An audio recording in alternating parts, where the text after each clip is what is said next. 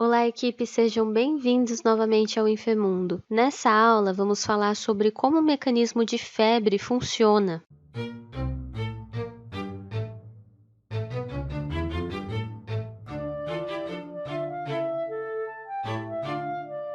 Quando dizemos que uma pessoa está com febre, isso significa que ela está em hipertermia, ou seja, a temperatura central de seu corpo está acima do ideal, que é próximo aos 37 graus Celsius. E por que o menininho da figura está com seu termômetro marcando 102 graus? Porque nessa figura temos a representação da temperatura corporal do menino em uma escala de temperatura diferente, que é o Fahrenheit. É interessante você saber que existe diferentes escalas de temperatura, e essa escala Fahrenheit foi proposta lá no século XVIII por Daniel Gabriel Fahrenheit. Essa escala foi utilizada principalmente pelos países que foram colonizados pelos britânicos, mas o seu uso atualmente se restringe aos poucos países de língua inglesa, como os Estados Unidos, Belize e também ela é muito utilizada pelo povo grego para medir a temperatura corporal. E caso você tenha dúvidas sobre como converter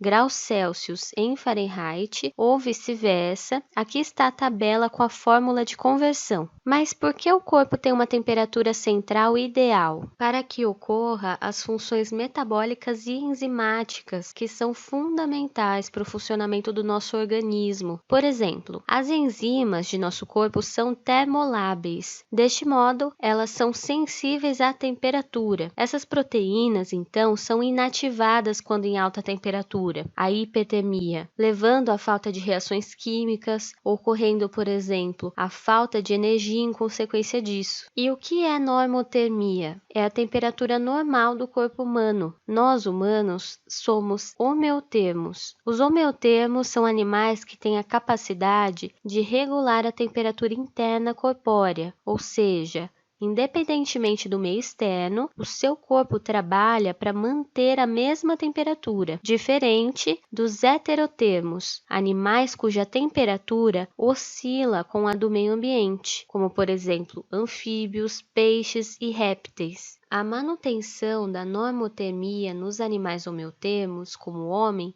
é uma função muito importante do sistema nervoso autônomo, já que com pequenas alterações da temperatura central podem ocorrer alterações metabólicas e enzimáticas, como nós já mencionamos. O sistema nervoso autônomo, também chamado de sistema nervoso neurovegetativo ou sistema nervoso visceral, é a parte do sistema nervoso que está relacionada ao controle da vida vegetativa, ou seja, controla as funções como a respiração, a circulação do sangue, controle de temperatura e digestão. E como a termorregulação ocorre? A termorregulação é realizada por um sistema de controle fisiológico que consiste em termorreceptores centrais e periféricos, um sistema de condução aferente, o controle central de integração dos impulsos térmicos e um sistema de respostas eferentes, levando a respostas compensatórias. No hipotálamo,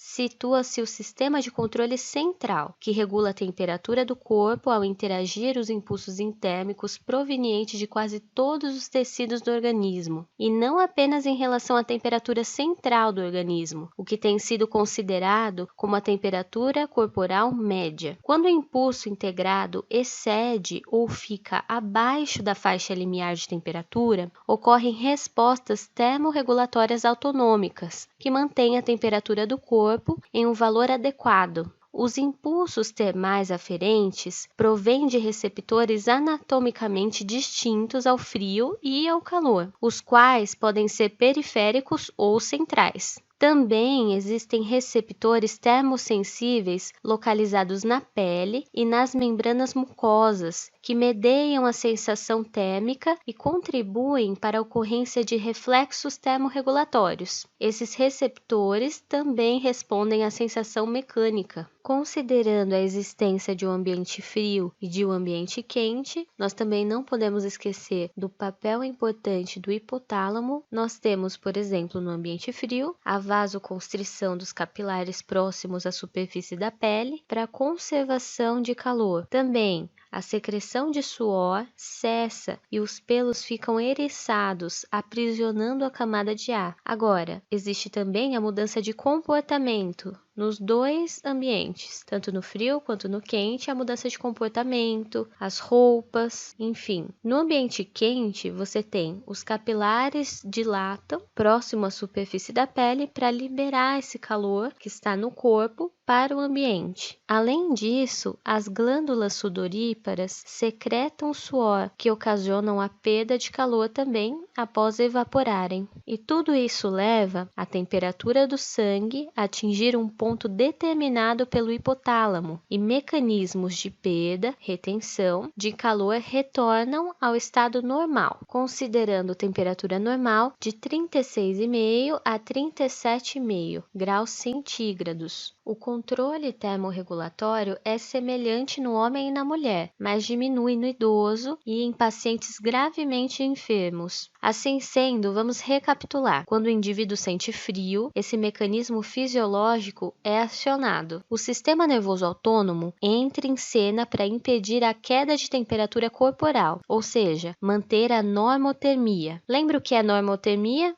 É a temperatura normal e ideal do corpo, pois nosso organismo saudável sempre trabalha a favor do equilíbrio, da famosa homeostase, a contração do músculo piloeretor que fazem os pelos se arrepiarem e o tremor do corpo para produzir calor, consumindo assim mais oxigênio. Além disso, ocorre a vasoconstrição, a fim de diminuir a troca de calor com o meio e a mudança de comportamento da pessoa, que sente a sensação desagradável de frio. Tudo isso para que se mantenha a homeostasia. Já em alta temperatura, há a vasodilatação e a liberação de suor para que haja perda de calor do corpo para o ambiente, além da mudança comportamental pela sensação desagradável de calor. Quais são os locais onde podemos aferir a temperatura corporal geralmente? Oral, que é na boca, coloca-se o termômetro sob a língua e com os lábios. Mantém-se o termômetro fixo, que deve ser mantido nessa posição. Retal. Para esse método, utiliza-se o termômetro retal. Esse é recomendado para bebês, pois não são capazes de segurar o termômetro na boca de forma segura. Axilar.